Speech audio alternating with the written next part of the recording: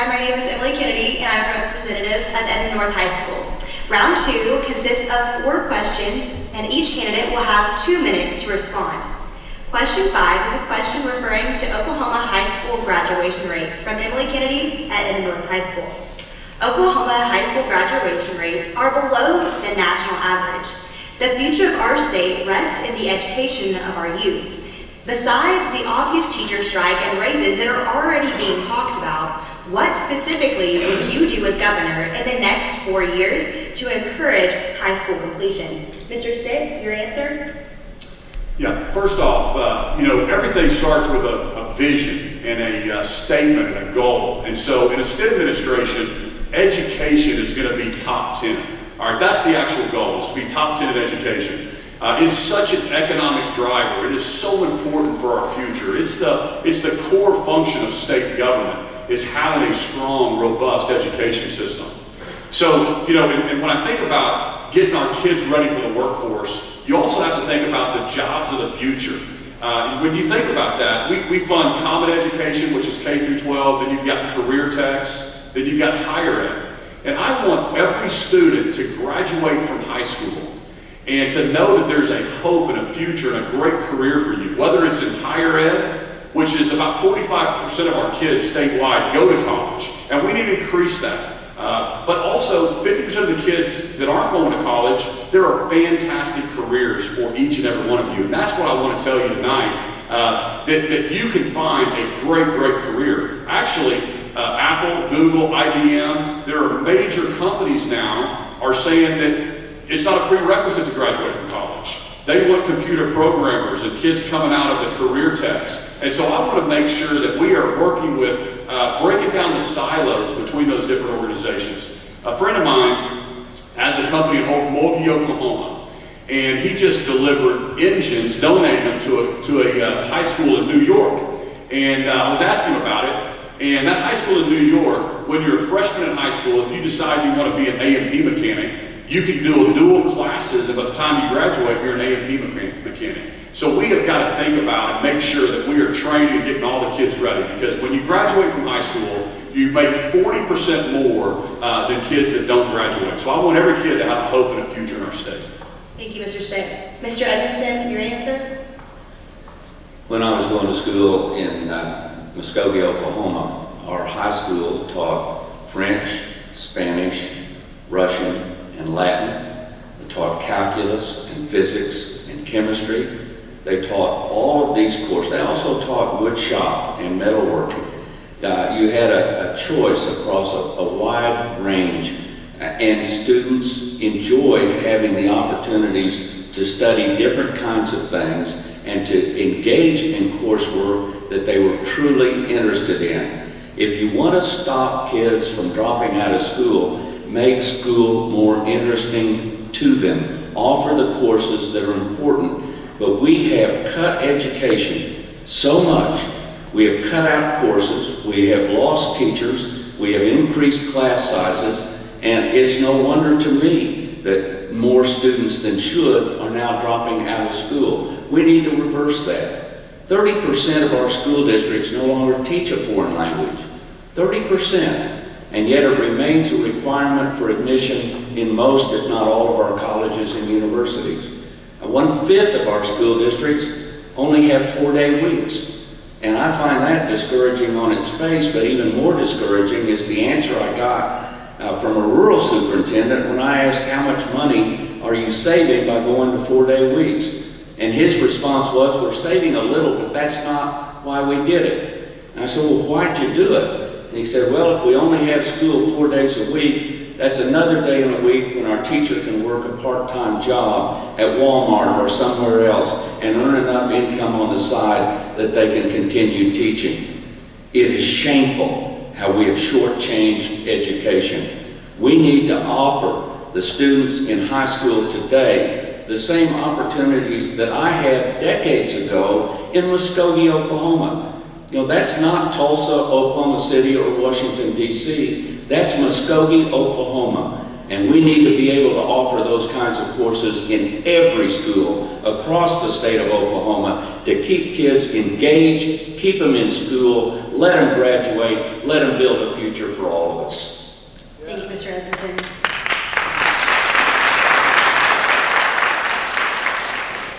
Question number 6 is a question referring to education from Courtney Tillinghast at Owasso High School. There has been a steady increase of emergency teacher certifications in Oklahoma education. Other than pay increases, how will we take steps to ensure that we have highly qualified educators in the classroom? Mr. Edmondson, your answer? Thank you for the question, and I find that very, very interesting. 2,600 is the figure right now of emergency certified teachers in our schools, 2,600. We were approaching 2,000 last year. We started at over 2,000 this year. Compare, if you will, 2012, just 6 years ago, there were 32 emergency certified teachers in our school system. That's how far and how fast we have sunk in our support for education. We have lost teachers in droves to other professions and to other states because of our inability to do what needs to be done for public education. When I visited with teachers, and I did this specifically as a follow-up to the teacher walkout in Oklahoma City, and by the way, I was there when the teachers walked out. I said I'd be there, I was there, we were with them, we handed out water, apples, rulers, pizza, coffee, whatever it took to keep them energized. But I asked them, aside from money, what can we do to improve the quality of education in your particular classrooms? One of the things they mentioned in every one of those meetings that I had was that their guidance counselors aren't guidance counselors anymore. They give tests and they grade tests, and they aren't helping students in guidance to do what needs to be done.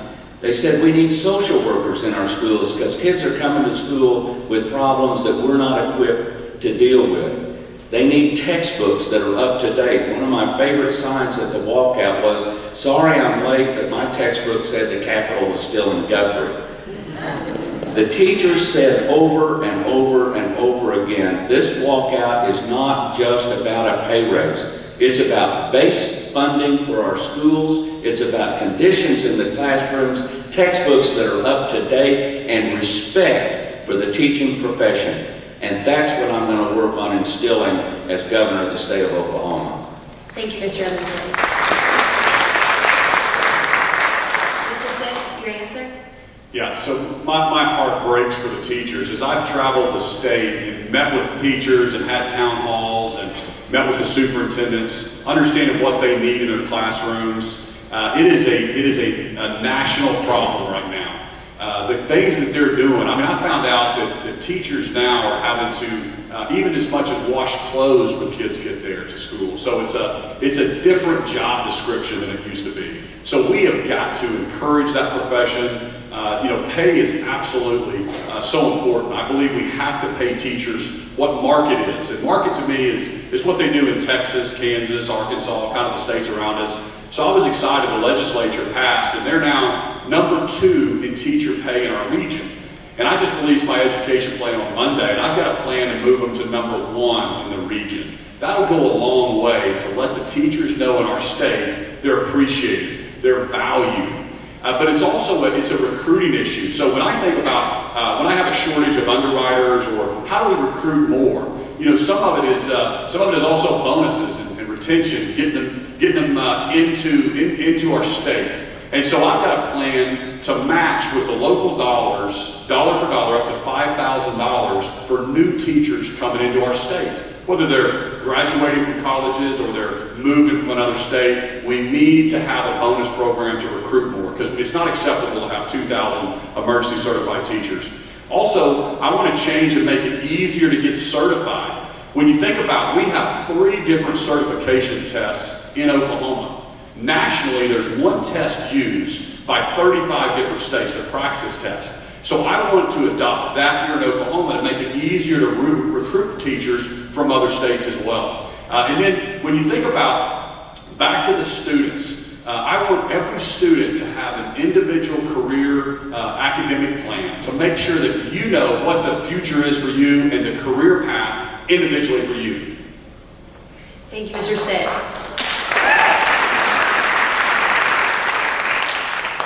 Question number 7 is a question referring to marijuana from Addison Spicer of Fairview High School. With the legalization of medical marijuana in Oklahoma, what precautions will you take to make sure that a non-license holder does not have access to the drug? Mr. Stitt, your answer? So I know that the legislature, the bipartisan committee is meeting right now talking about this very issue. And as I've traveled all over the state, all 77 counties, and met people, people are okay with medical marijuana. If it's going to help somebody, then they're absolutely fine with it. And I actually went and talked to some pain management doctors to find out, would it help people get off opioids? And they said in certain situations, it absolutely would. So the problem is we've got to make sure it's available for those folks that need it. And I know that's what they're working through right now through dispensaries and how we're going to get it to the people that actually are in pain and need that medicine. At the same time, we have to protect and make sure we have safe working environments. We've got trucks on the road. Companies need to know how to test for it, how to make sure that their companies are safe. So that's the other thing that we have to focus on. Also, I'd like to have, educational systems where we actually educate the students that this is a serious drug. It's not something to play with. You ought to consult a physician and actually be prescribed this drug. So we've got to keep that out of the hands of the people that should be on it. And then obviously with dispensaries, they're going to be required to show some type of card or some type of proof that they have a doctor's permission to get it. And that's how we'll keep it out of the hands of the young people. But we also need to educate to make sure that you guys know that it's not something to mess around with. And again, you've got a wonderful future, and you do not need to be messing around with those types of drugs. Thank you, Mr. Stitt. Mr. Edmondson, your answer? Thank you. In November 2016, the voters of the state of Oklahoma passed State Question 780 and 781, which said that from now on, simple possession of marijuana and several other drugs will be a misdemeanor and will not be prison eligible, even a second or subsequent offense. That is now the law in the state of Oklahoma. But everybody should be aware that 780, which said it's not going to be a felony, did not make it legal. So it is still against the law in the state of Oklahoma to possess or use marijuana unless you're a licensee under the medical marijuana regimen that's being set up as we speak by the Department of Health and perhaps by the legislature. There's a bipartisan committee meeting right now to determine whether legislation is necessary. So the laws haven't changed as to legality of non-medical marijuana. They're still on the books. And all of the enforcement mechanisms are in place that were in place before November of 2016. The only difference is, and frankly I voted for 780 and 781, so I'm saying this is a good thing. You're not any longer going to be prison eligible for simple possession of drugs. And I think that's going to help reduce our prison population. I think that's going to be a good thing. And there are still sanctions in place that can be in place. I mean, if you've ever spent a day in a county jail, you don't want to spend 6 months or a year in a county jail, and that sanction is still in place. So we need to caution all of our citizens that it's still against the law, regardless of the medical marijuana issue being before us. Counseling is important. Drug and alcohol and mental health treatment is still important, and I'm a great advocate of that as well. But simply enforcing the law will be the tact on recreational marijuana that has not yet been legalized in the state of Oklahoma. Thank you, Mr. Edmondson. Question 8 is a question referring to criminal justice reform from Caleb Horn at Mustang High School. According to the Prison Policy Institute, Oklahoma now has the highest incarceration rate in the United States. Given that 3/4 of all those incarcerated will return to jail, what steps would you take as governor to reform our broken criminal justice system? Mr. Edmondson, your answer? Well, the first thing that we need to know, we've been saying for years that Oklahoma was #1 in the incarceration of females. The males have caught up. So we're now #1 in the incarceration of males and females in the United States. And since the United States is #1 in incarceration in the world, that makes Oklahoma #1 in the world in incarceration.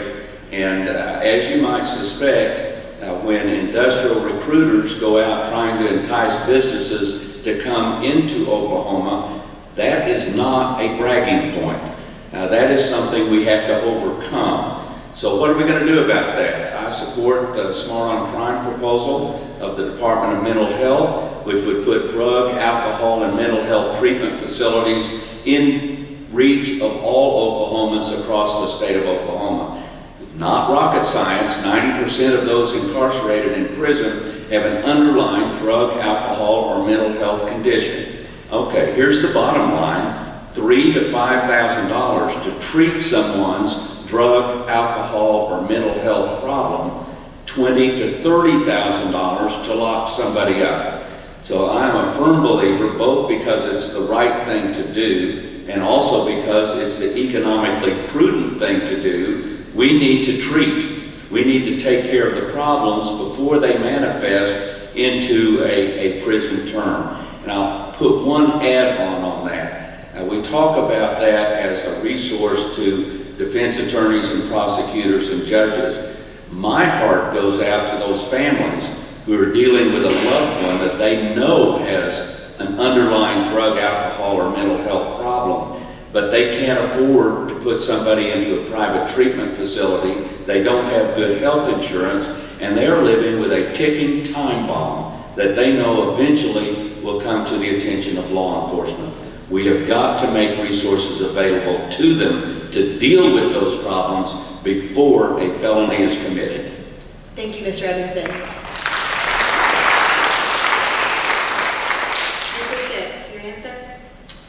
So it is a real crisis right now. We're #1 in something that we should be number 50th at. We have about 28,000 people incarcerated in Oklahoma. To get to average, to get to kind of the midpoint in the other states, we would have to get rid of 12,000 prisoners. That's how bad we are compared to the other states. But the question was, how do we get people from going back into prison? So I've thought a lot about this, and we have to start thinking about rehabilitation. So Texas has a program called Prison Entrepreneurship Program. So when they're 1 year away from getting released, they actually take those folks and they start talking to them about what they're going to do after they get out of prison. And they start training them. They start thinking about, do they want to be an entrepreneur? Do they want to have a business? And they literally can start writing a business plan. There's other people that train to go become a welder.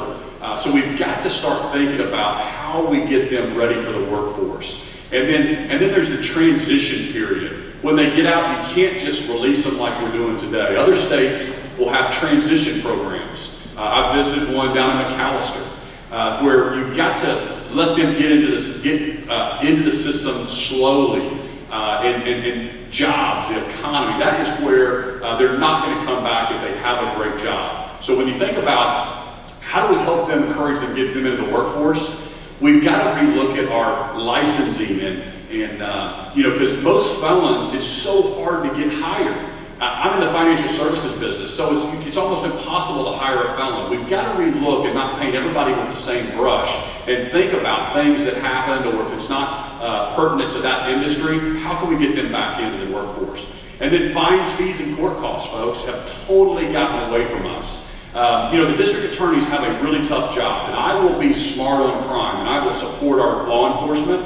But we have to think about alternative fundings, because when one department gets 50% of their funding from fines, fees, and court costs, it becomes a death spiral for poor people, and they can't get out of the system.